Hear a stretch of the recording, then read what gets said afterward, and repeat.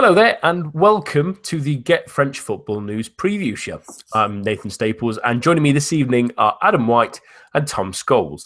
French sides were in European action this week as both Nice and Marseille look to qualify for the Champions League and the Europa League, respectively. And we will have a look at how both got on, then a glimpse into the Ligue 1 weekend as well after some news. Nice suffered a 2-0 defeat against Napoli on Tuesday night, thanks to goals from Dries Mertens and a Jorginho penalty. Their night of misery did not end there, though, as both Vincent Cozziello and Alassane Player both saw red in the final few minutes of that fixture. And Marseille came from behind this evening in Slovenia to earn a 1-1 draw, thanks to Morgan Sanson's second-half strike against Domzale. So let's start off with Nice, Adam, and it's a poor result and a performance really in the end. Could it have been much worse from the Côte d'Azur side? It's an interesting point. I think it could have been worse. Obviously, with two sendings off and a 2-goal defeat, they're looking like, especially with two relatively important players. I mean, with Balotelli out and Alassane Player is a relatively important player for them. Vincent Cozziello is very good and has been very good for a long time. And obviously, he's key in that midfield battle, especially if they in the return leg. So they're two big players to miss for that game, but they're not 100% out of it. So to say that it couldn't have gone too much worse might be a little bit of a misnomer at this point. But I think either way, you'd feel like if Nice were to qualify from this position, it would be not a miracle, but it wouldn't be far off. So I think you have to be a little bit disappointed on their part. But considering the very difficult draw that they got, I mean, Napoli are a very, very good team. And to lose 2-0 at the San Paolo isn't by no means a disgrace. So there's not positives, but there are sort of qualifiers to that statement. On the other hand, given how Nice played last season and the fact that they did so brilliantly well against Ajax and qualified through in that very close two-legged tie, they would have been looking at making the Champions League group stages.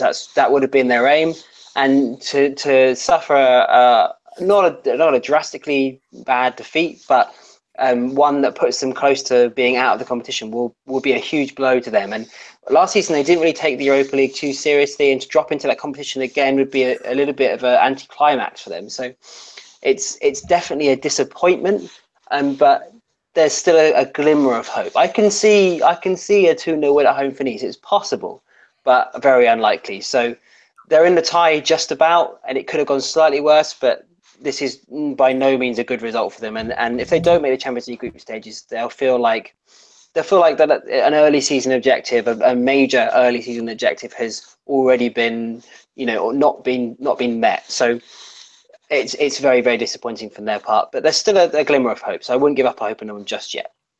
Yeah, especially after working so hard to get to those Champions League paces, it would be Absolutely such a shame. Although it's a tough call, isn't it, Tom? I know you've watched Napoli a fair few times, given your love for Italian football as well. Does Favre's side stand any chance in the next leg to progress, or for you is this game set and match?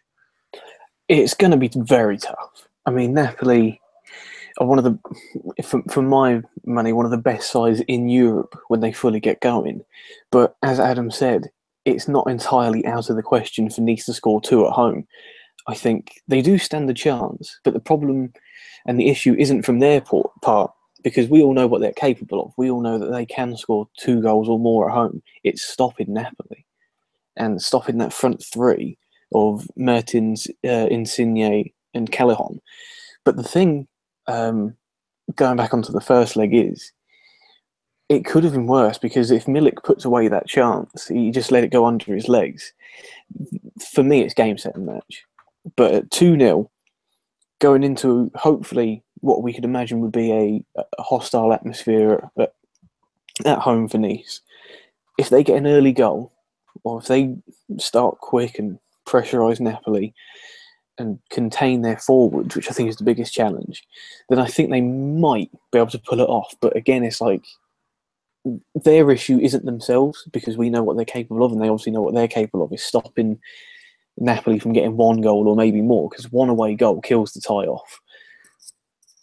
Yeah, and that's a real worry given Napoli's defense. Well, Nice's apologies, defense at the moment. Adam, I do want to come on to their formation. Really, they went with a 3-5-2, which, although the BT Sports commentators will have you believe that they've never played that formation before, they were pretty prominent in that last season. But was it strange for you to see Suke be the third centre back and Malang Sarr played on that left wing back role where he struggled at left back this season? Surely putting him at left wing back was putting him out to dry a little bit.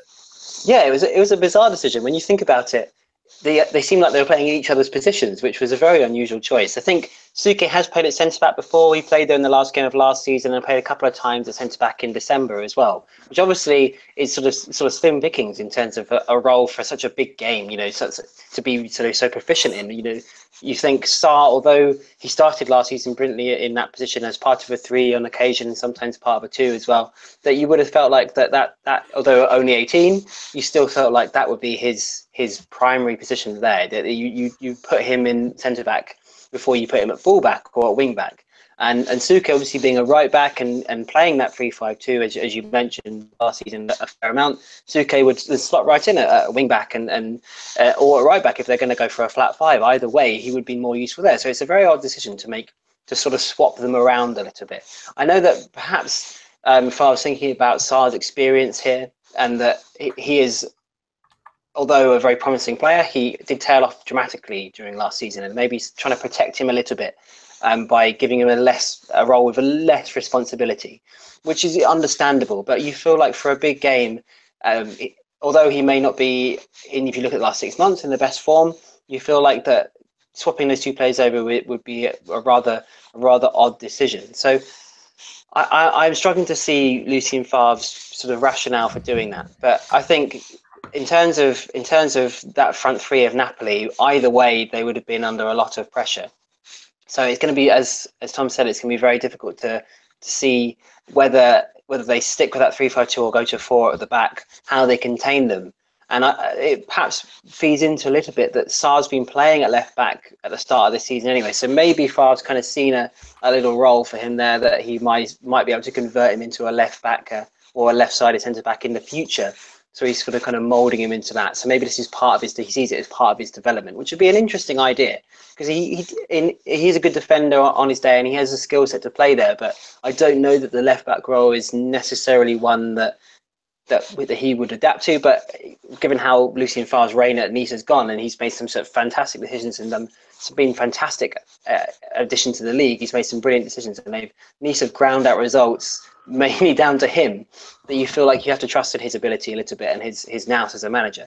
But for me, yeah, it's an odd decision, but perhaps we'll see a slightly different setup in the second leg, and hopefully that will benefit both players a little bit more. Yeah, I'm sick of French managers playing these exciting centre backs like Sarr and I think of Ben Sebaini as well, playing him at left back. It does my skull in. Being that defensive-minded person, I'm sick of seeing these young, exciting centre-backs playing out of position at left-back and being left to really struggle and then fall out of teams. But never mind. I'll very quickly move on, Tom, to the last point I really want to make in this game, and that's maybe the only real shining light on the night for Nice, and that's Alain Saint-Maximin. It was his second appearance since joining from Monaco. He looked delighted before the kickoff, hearing the Champions League theme tune. Never mind the game itself. Could he be someone they lean on in that second leg to try and get them that early goal? I think, judging by that performance, he's the man. I'm not too sure if Balotelli will be back. I'm assuming he will, but regardless of that, Saint-Maximin is the man to lead Nice into this one. He was the only one that looked ready, pre-kick-off as well, obviously, as you said. But he was direct. He wasn't afraid to take players on. He took shots, albeit they weren't necessarily any good, but he showed the initiative to take the ball, run with it, and try and create something. And he was the only player for Nice to actually try that. And that's in a hostile atmosphere in Naples as well. Not many players have the confidence to be able to do that. And take that and put it into a home leg. He has to be, and I think he could be the only player that really he has to be the spark for Nice, because you look at the other players in the side, and Cosiello and who got sent off again? Sorry, it was Player and Cosiello. There you go. See, I thought I knew it. Yeah, you got it right first time. Yeah, but you look at them two players, and you would have gone, okay, maybe there's something from Player. Maybe he's the one. He'll get on the end of a loose ball or something like that. And obviously he's gone, but Saint-Maximin has to be the spark. He has to take what he did in the first half. I think he did it first 15, 20 minutes of the first leg, and he really has to channel that and make something creative for the rest of the team, because judging on that performance, he is the only one who has the confidence, the ability to challenge that Napoli defence, and to go and just create anything and make the tie competitive again. Let's move on to Marseille, who played tonight, obviously, Adam, and they snuck a 1-0 draw away from Slovenia, and there's a few outcries about Domzale being a better side in that first half and Marseille maybe creeping back into it. But you have to, even regardless of the expectations that we'll probably go with a win here, a 1-1 draw is a good result, really, to bring back to the Velodrome.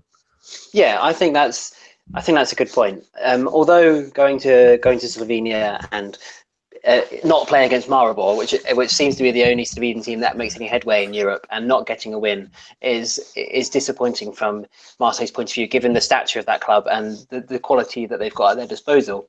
But in Europe, a 1-1 draw away from home in the first leg with what is genuinely an average team to come back to the Velodrome, and with the home side of Marseille being massive favourites for that game, is not a terrible result by any means in the general scheme of things.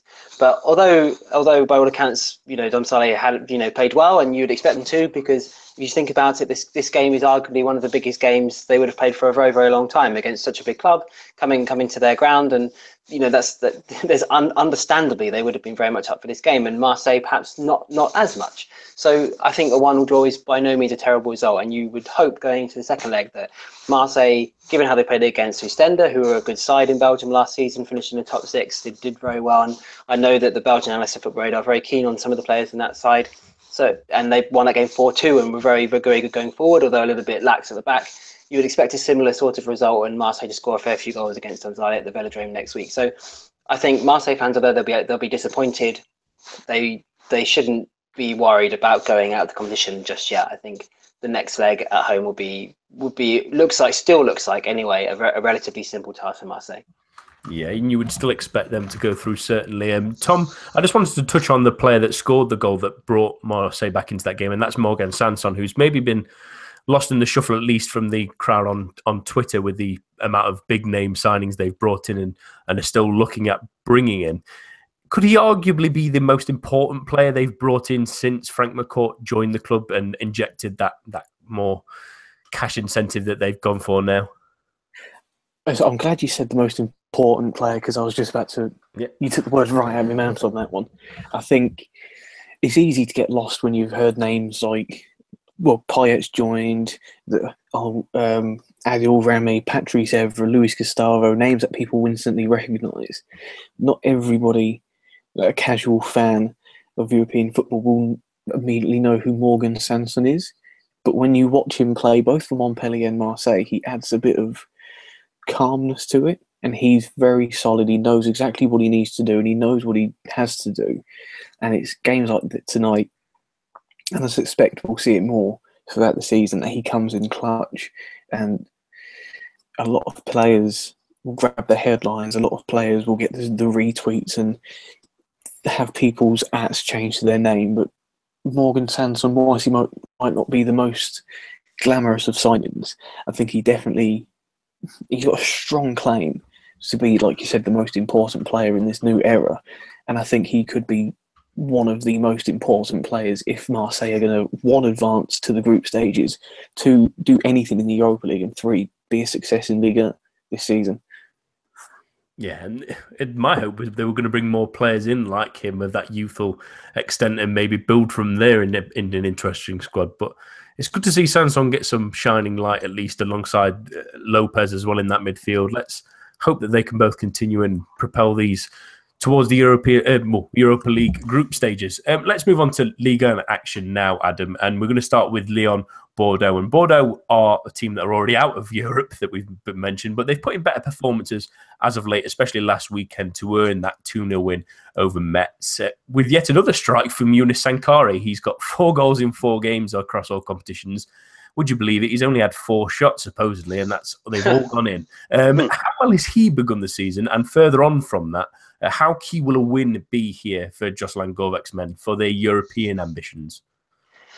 It's a really interesting point, actually, Sankharé. First of all, the possible win for Bordeaux. I think they won this game last season when Jerry Menez scored. So that tells you how sort of long ago and how much has changed since that happened. That was probably his best game for Bordeaux. I think he might have even scored twice in a 3-1 win. So they have previous at the Parc OL. So I think this is a really exciting encounter on Saturday afternoon. And should they win this game, given how weak and Lyon are, I know that they look very, very good coming out of pre-season and at the start of the season, an exciting young team once more, but without Lacazette and Tolisso, you can't argue, you can't avoid the fact anyway that they're weaker than they were. So Lyon and Bordeaux would be seeing themselves as relatively equal in terms of their sort of aspirations for the season and where they're going to finish in Ligue 1.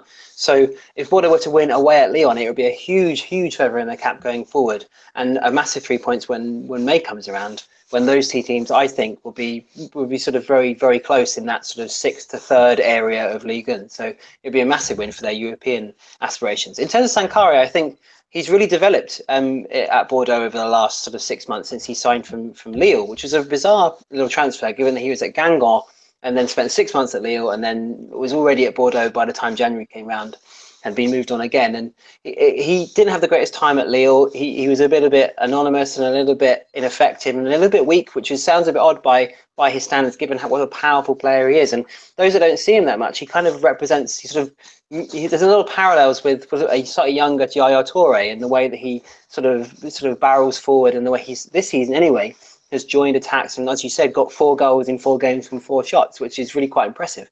I think what has changed with his game, though, he's always had that power and that strength and that mobility and that box-to-box kind of attitude. He's been given a little bit more license to join the attacks this season, and that although those goals have come from a relatively few amount of shots, he is joining attacks more and supporting the strikers a little bit more. And given that Bordeaux played, sometimes 4-3-3 last season, they ended up playing 4-3-3, and they played a lot of 4-4-2 earlier in the year.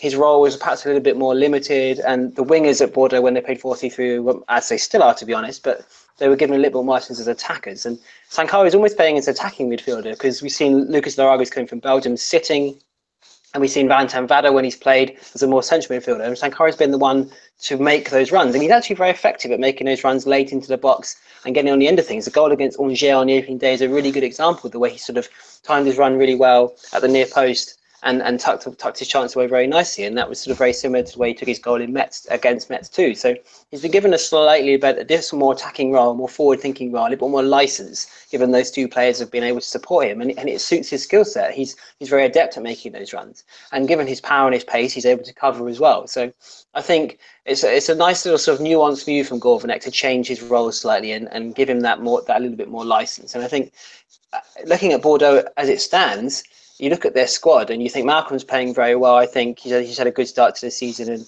if he's there this time next year, I'll be surprised. But beyond him, given that Toulon's a little bit more aged now, shall we say, and playing at centre back, he's probably their most important player after Malcolm if he keeps playing in this form. So I think it's a nice little move from Gourvenec, and he's a player that I really enjoy watching, and I'd encourage those that perhaps don't see too much of Bordeaux to keep an eye on him, because he may make another move relatively soon after this. He's a very good player, and one that Gourvenec's using very well at the moment.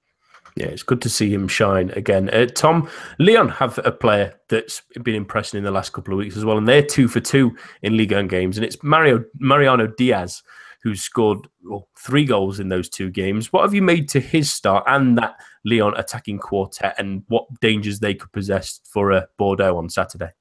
I've been very impressed with them. I must admit, I plead ignorance to this. I didn't know much about Mariano Diaz when he turned up.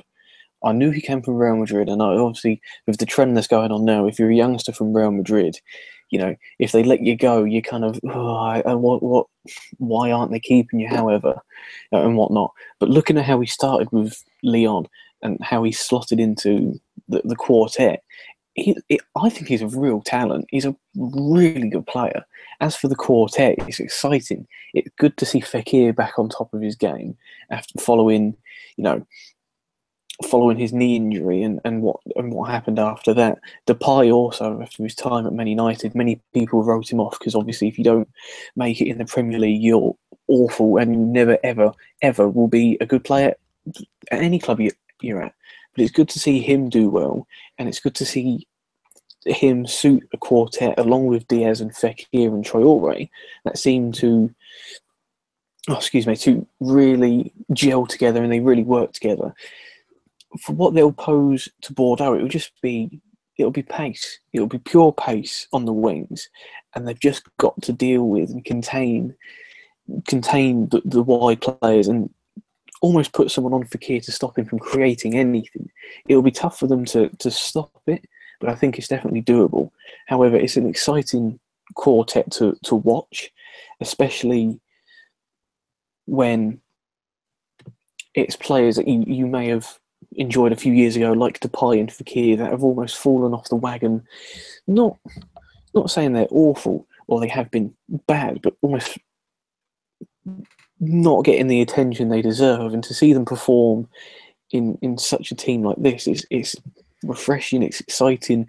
I'm really looking forward to the match, and I think it's two teams that are coming up against each other, two very talented teams, and especially with a front four like Lyon have, I could see them really handing out some goals in this one.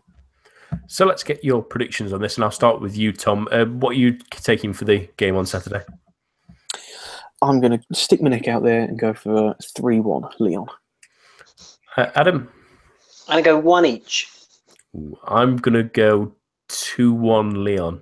I like Mariano Diaz. I think he might grab a brace here, and that will really set the fires alight a little bit. We'll move on to Saint-Etienne Amiens, which happens also on Saturday, Tom. And Saint-Etienne have 2 1-0 wins under their belt, which might sound a little bit like that Galtier reign previously, but they obviously have a new boss in Oscar Garcia. Is it more of the same from the previous regime, or has the Spaniard brought something new to Lever so far this season?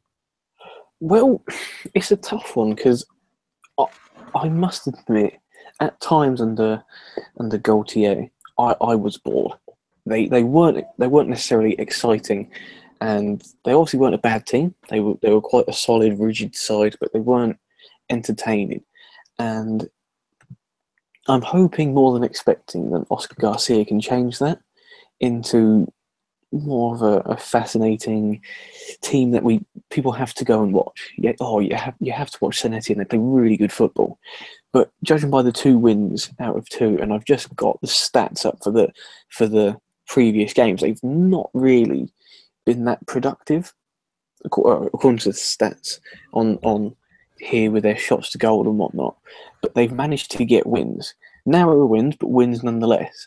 And I think there seems to be I know it's only 2 games and it's quite early to say this, but they seem to have a different character about them, and they seem to be able to win, not in an exciting fashion, maybe a bit ugly, but a win nonetheless. And I think that's important. And I think they might be a bit of a surprise team to watch out for, especially with a front 3 that I quite enjoy. So I think, he's offering something different, and as I said, I'm hoping more than expecting that things change. But they're winning, and I suppose that's all they really care about, however they do it. And I've quite enjoyed watching Jonathan Bamba. Everyone expected Luis Dioni being the big signing to be the one really starting up front a lot, but Bamba's added a nice little quality to that. Triple three up front that they've maybe missed from other strikers being a little bit more static. He's expanding the play a bit more. He's given a bit more space to Humuma as well, who's started nicely as well. But Adam, it's been a tough start. Maybe saying it a bit lightly, really, for Amiens. But they've had a reinforcement this week, which really caught my eye, at least, in Moussa Konate, who had a few strong seasons at Sion and a few bigger teams interested in him a couple of years ago, at least. Could he be the right kind of catalyst they need, or will they really need a lot more this season to be battling against relegation? Yeah, it's an interesting one. I think it's a little bit of both. Moussa Konate, first of all, is a player I'm a big fan of. I remember him perhaps he first caught my attention when he playing for Senegal at the Olympics in 2012 against Great Britain, and he had a great tournament there and really stood out for that Senegal side at the Olympics. And I know that you're absolutely right. He has had some fantastic performances for Sion and been really good in the last sort of 2 or 3 years. I think though the issue with him is a little bit of attitude. I feel like, at least I understand that perhaps he was expecting a move at a certain point in his career, and for whatever reason, it didn't coalesce for him. And over the last sort of couple of years, he's been a little bit erratic due to the fact that he's sort of been a little bit sulky about the fact that perhaps he didn't get the move at the right time for him. So I think he's a very, very good player on his day, and I think that he would have been expecting to move to a much bigger club than Amiens, which makes this quite a coup for Amiens, really.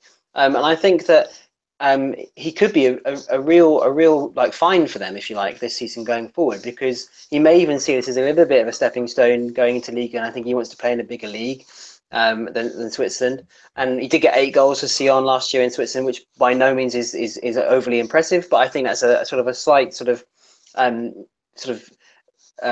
side effect of that questionable attitude a little bit, and perhaps wanting that move. So I think he seems up for this move. Looking at his sort of Twitter profile, he seemed very keen to be moving to Amiens and playing in Ligue 1. So I think if it goes well and if they can get the best out of this player, then he's someone that they could really start to rely on and really look to for goals. I mean, he could play out front or play either side. I quite like the idea of them signing perhaps another forward, and Kakuta and Konate either side of that forward would be quite good for Ligue 1 going forward in the attacking third. But it's relatively like he'll be playing up front, and he could be a real find for them. In terms of Amiens in general, I feel like the match against Angers was a huge reality check for them. PSG on opening day, they were in National 2 seasons ago, going to the Parc des Princes in their first Ligue 1 game was a bit of a dream, really. And they played pretty well, they defended well and limited PSG to 2 goals and didn't look too bad on the counter, although they had very, very limited opportunities, and they would have been happy with that result, despite the fact that they lost the game. But to then come to the second game at home against Angers, who were a mid-table side, albeit I think a good one, they would have been hoping to get something out of that game. That's the type of game they'll be targeting, home against mid-table sides. They're looking to get points from this game if they want to stay in this league. And Amiens really looked out of their depths. I actually caught up with this game this morning and watched it this morning, and they looked like a Ligue 2 side in that game. They looked like a cup game against a decent Ligue 1 side who sort of breezed to a 2-0 win. They had some opportunities in the first half, but Angers overall had too much class for them. And when you're saying that the mid-table sides, the table like Angers, who are built out of, to some extent, out of Ligue 2 players, had too much class for Amiens, you're going to worry. And they're going to need more than just this signing to be confident of staying up. I still think they have a chance, and I think Kakuta and Konate. Kakuta played very well, I think, against Angers, but he looked like their best player by a long way. And they're going to need reinforcements. And I think Konate would be a good foil for him, and they'll play well together, but they still need reinforcements for this team. So, yes, it's a very good signing, but is it enough to keep them up? Is it enough to give them confidence about staying up or making like a good fist of it, if you like?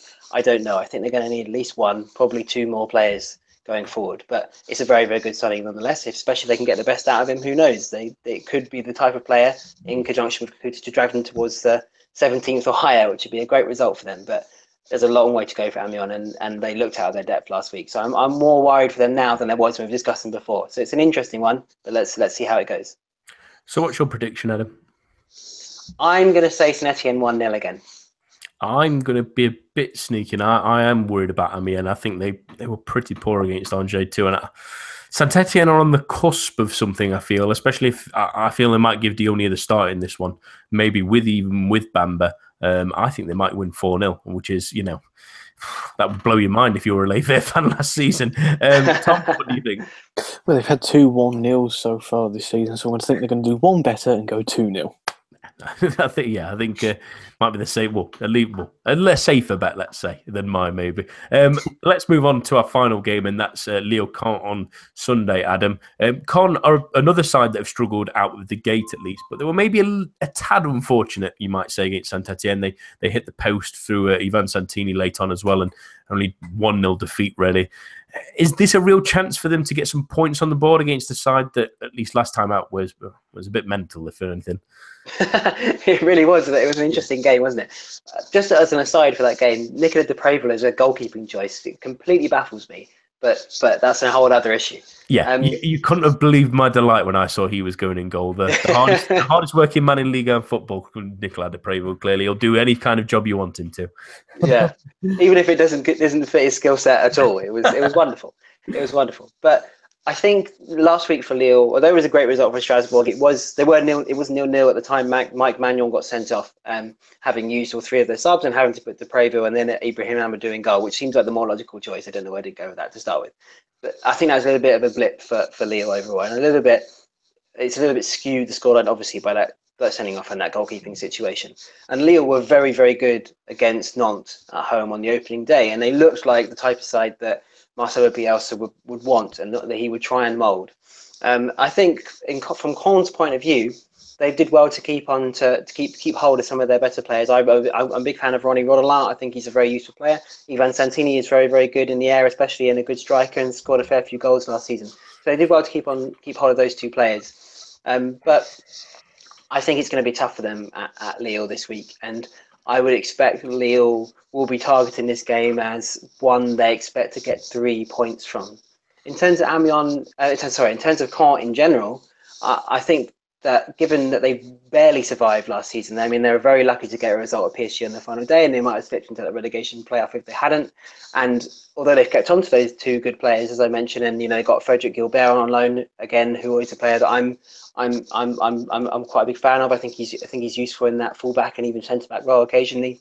They've got some decent Ligue 1 players, but I think there's going to be a scramble at the bottom this season in Ligue 1, and I don't think they're going to be rising above that. So this is a tough game for Caen, and one that if they get something from at all, given they're not the best away from home, that they'll be very, very happy with. I honestly don't know that they'll be targeting anything higher than sort of that place above the relegation playoff, and I think they'd be happy with that given the makeup of their team. So for Caen, I think this is a tough trip, and one that I expect Lille to bounce back from that 3-0 defeat at Strasbourg, and we'll see a Lille a little bit more like the Lille that played against Nantes on the opening day. They've made some really, really interesting signings and players that I'm really excited to see play again, like Luis Araujo, who I thought was really good against Nantes, unlucky not to get a goal. We might see Thiago Maia make his full debut. Thiago Mendes as well has looked very, very good in front of the defence. So I think they're a very, very good side. Kevin Malky is another really good signing for them. So I think Lille are a very, very good team, and Caen would do well to get anything from this game. Yeah, and this strange penalty decision near the end as well didn't really help the 10 men really as well. Just a tad.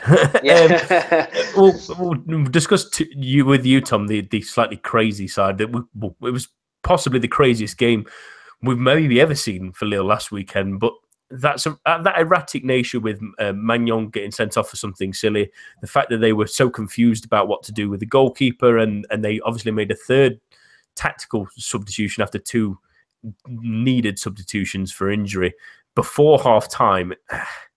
Should that erratic nature of the team at the moment be a worry for the fans and Marcelo Bielsa going forward? I mean, an erratic nature with the team led by Marcelo Bielsa is quite standard, really. But no,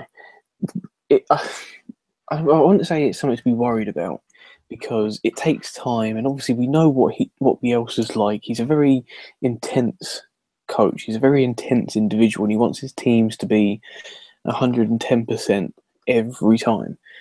It's 2 games in. They're obviously very impressive against Nantes, but every now and again you will get games where something happens, and they were just unfortunate in my view in that first half. It was just 2 things that could have happened to anybody, and unfortunately it happened to them, and it just threw everything up in the air, and de Preval went in goal, and it just went to pieces, and no one really knew what to do. But this upcoming week, I suspect they'll change their nature completely, and they'll be very to the point. They'll, without being too dismissive of Caen, I think they're going to beat them. I'm just going to stick my neck out there, another bold one. I think they might win, but I don't think the erratic nature's, one, anything to be surprised by, and two, anything to be worried by. Because sometimes things happen that it does worry fans. Fans worry about the smallest of things. And when you've got a man like Bielsa in charge, he could go from resigning after the first game like he did before, or sitting on a coffee cup like he's done before. Anything can happen, or you can have your striker go in goal. You just don't know what's going to happen every other week. But I don't really think it's anything to be majorly worried about just yet. If it keeps happening, before the Christmas break, then I think I might change my tone on it.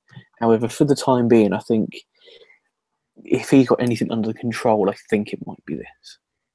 We did always promise everyone at the start of the season that with their local in charge, anything is possible. But I didn't think we maybe were hinting towards that. I think I'll go for a 1-1 draw in this one. Actually, I think Con have maybe been a little bit unlucky in the last couple of games. They've got some interesting players. They're still relatively kept the side together from last season, and a couple of nice little additions. And Leo maybe. Couple of hangovers, new with a different goalkeeper, the effects of maybe a couple of injuries as well, maybe a draw. What do you think, Tom? I said previously that they should win, and I'm going to go for a 2-0. Adam? I'm going to go 4-2 Leo. I'm going to buy into the Bielsa erraticness, that this might be a high-scoring one. Embrace it. I always think going for a nice high score once or so often there cleanses the soul a little bit, at least. Anyway, that's all. That's all for this evening. My thanks to Adam, Tom, and everyone tuning in at home. Join us on Monday for the main show. But for now, have a lovely evening and enjoy the weekend's football.